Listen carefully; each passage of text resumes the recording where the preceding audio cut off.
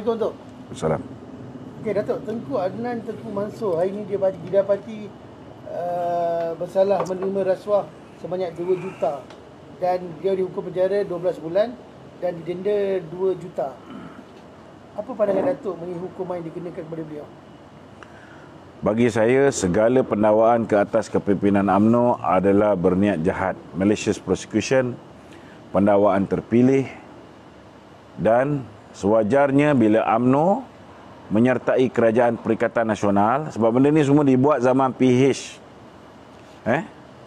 Tetapi bila kita bekerjasama dengan Perikatan Nasional, bekerjasama dengan Muhyiddin, sepatutnya Muhyiddin kena buktikan dia bukan PH 2.0. Tapi dah jelas nyata lagi bersuluh. Kepimpinan UMNO yang bekerjasama dengan Muhyiddin telah membuat satu kesilapan sangat besar. Kita dah cakap. Jadi tak guna kita nak ulas panjang-panjang. Kita dah beritahu dah, jangan percaya dengan syaitan. Kan? Bila percaya dengan syaitan ni, kan?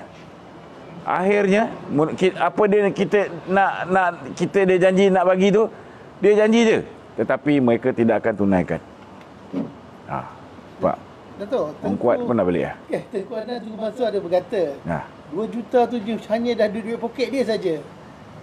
Dia macam inilah. Tengku Nan ni ramai orang mungkin tak tahu.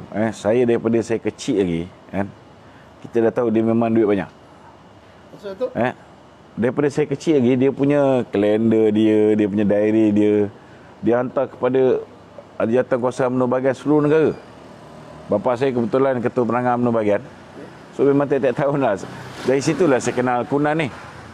Daripada zaman dia muda lagi, kan, saya dapat tengok kalender dia. Senang cerita lah, UMNO ni bukan dia tanpa dia. UMNO ni berhutang dengan dia lah, senang cerita. Bukan dia berhutang UMNO. Kau bayangkan kita berapa lama duit kita kena tahan. Kau rasa siapa bagi duit? Kunan bagi duit. Kan? Jadi 2 juta ni nak beritahu. Bila Mahathir dulu, bila dia gaduh dengan Tengku Razali, ketika itu duit UMNO semua dibekukan kerana UMNO diharamkan. Bila duit UMNO dibekukan, UMNO diharamkan, sampaikan bil elektrik, bil air, pejabat UMNO tu pun tak bayar tau. Duit tak ada, semua beku.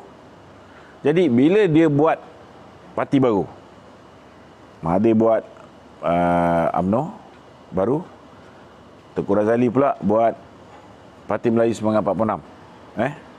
Sebab ROS letak syarat, parti yang berjaya menarik lebih 30% daripada keahlian parti lama, kan?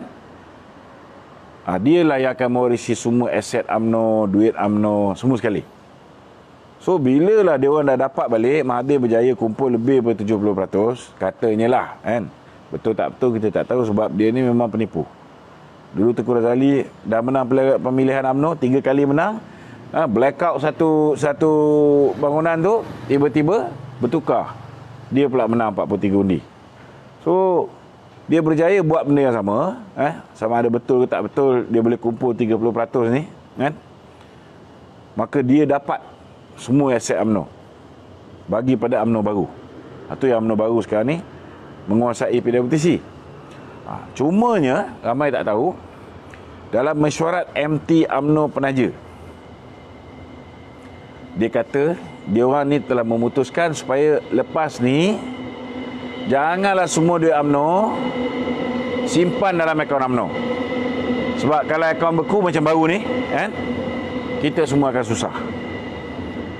So MT UMNO Penaja ketika tu membuat keputusan duit UMNO boleh disimpan oleh 3 orang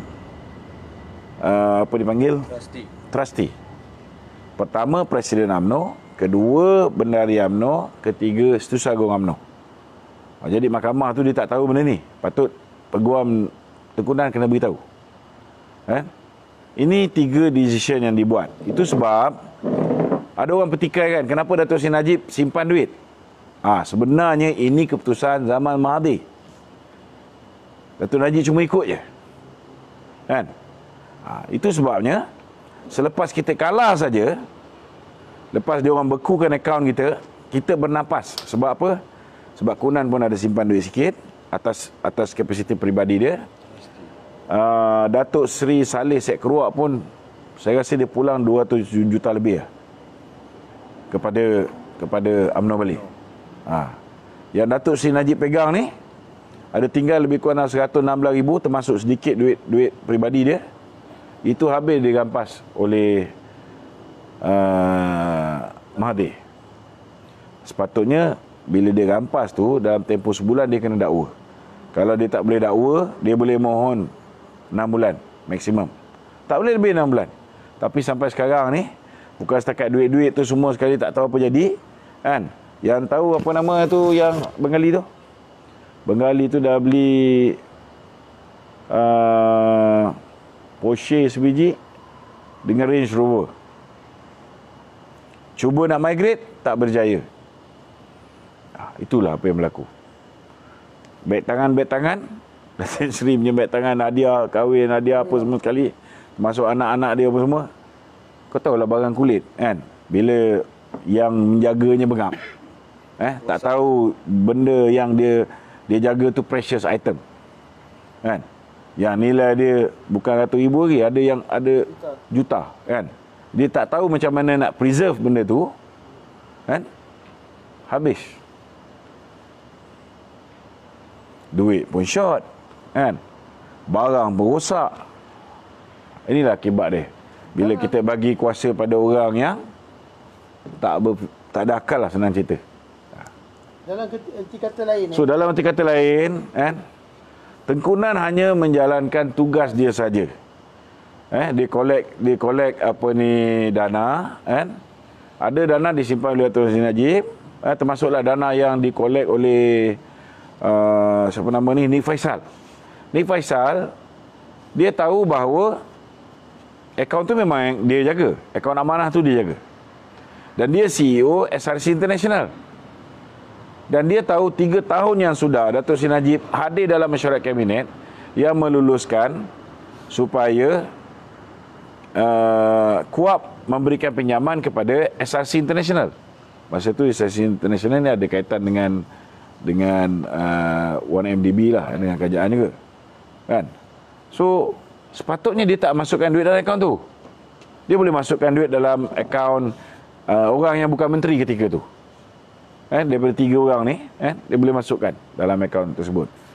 Tapi dia pilih masuk dalam akaun Datuk Seri Najib. Sama ada secara sengaja dia buat macam tu, lepas tu berlarikan diri, sengaja nak frame Datuk Seri Najib ke apa, kita tak tahu.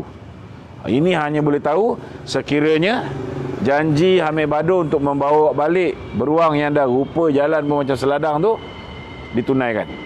Selagi janji tu tak ditunaikan, selagi itulah kita tak akan tahu apa kebenaran dia. Cuma Kunan dia terima duit untuk pilihan raya Sungai Besar dan juga untuk pilihan raya Kuala Kangsar. 2 tempat, kan? So bagi kita, Kunan terima duit bagi pihak parti tak ada masalah. Memang dia di-authorize untuk terima duit bagi pihak parti, bukan hanya bendahari. Dan dia juga bukan salah seorang yang kaya di Malaysia. Senang ceritalah, gaji-gaji kaki tangan semenjak zaman kita kalah tu, akaun UMNO kena beku, dia semua dia bayar lah. Dia bekas bendahara Mutiara Telecommunication. Dia dah kaya daripada dia zaman dia muda lagi. Ya. Cuba bayangkan Kunan dah tak berapa sihat tu, dia orang nak simpan dalam penjara 12 bulan. Zalim tak zalim? Cuba kalau kita ni, hati perut busuk hati kita ni sama macam Mahathir, sama macam Muhyiddin, kan? Apa jadi? Mahathir usia dah 72 tahun ketika tu, duk maki hamon, duk tuduh Najib macam-macam. Kita tangkap, kita sumbat dalam lokap, kita dakwa. Apa jadi? Macam itulah keadaan Kunan. Mahathir kurang-kurang dia sihat, kan?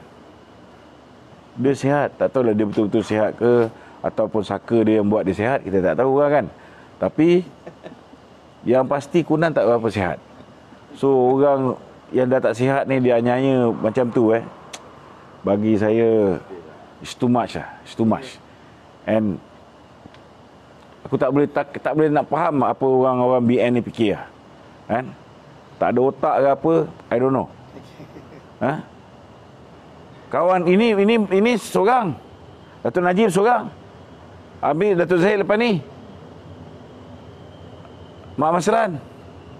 Ini hari apa ni, Tan Sri Syaril minta supaya ditukar hakim. Hakim Nazlan, hakim yang tak ada pengalaman dalam kes jenayah, dia ambil daripada Mahkamah Komersial, nak kenakan Datuk Najib. Sekarang hakim ni juga yang mengadili kes Ahmad Maslan dan juga Tan Sri Syaril. What do you expect? Belum berlaku pun kita dah tahu dah apa result dia. Padahal bila sebut orang yang terima duit daripada 1MDB ni, ketika nama Ahmad Maslan disebut, ketika nama apa ni Tan Sri Syaril Samad disebut, waktu yang sama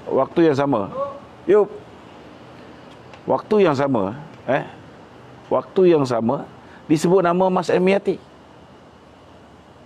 Ahli Parlimen yang lompat juga.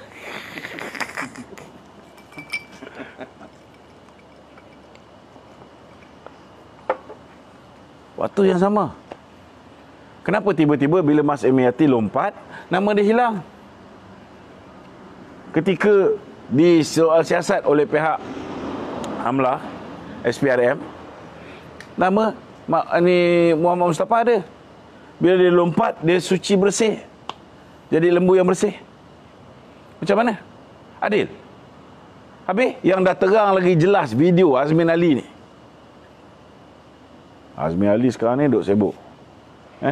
Duk tabur duit. Cuba nak buat ketua-ketua UMNO bahagian ni memberikan support. Sebab dalam grup WhatsApp Dewan Kod grup WhatsApp lah kan. Dia kata 137 ketua UMNO bahagian tidak bersetuju UMNO terus kerjasama dengan Bersatu. Sekarang Azmin cuba nak membeli ketua-ketua bahagian ni. Saya punya nasihat pada ketua-ketua UMNO bahagian ni, dia beri duit, ambil. Kan? Tapi gunakan duit tu, kerjakan dia orang habis-habisan. Kena bijak. Dia orang bagi duit, ambil. Tapi gunakan duit tu, buatlah ceramah ke, apa benda ke, pastikan akar umbi kita sampai mampus pun takkan terima geng-geng PPBM ni. Ini penting.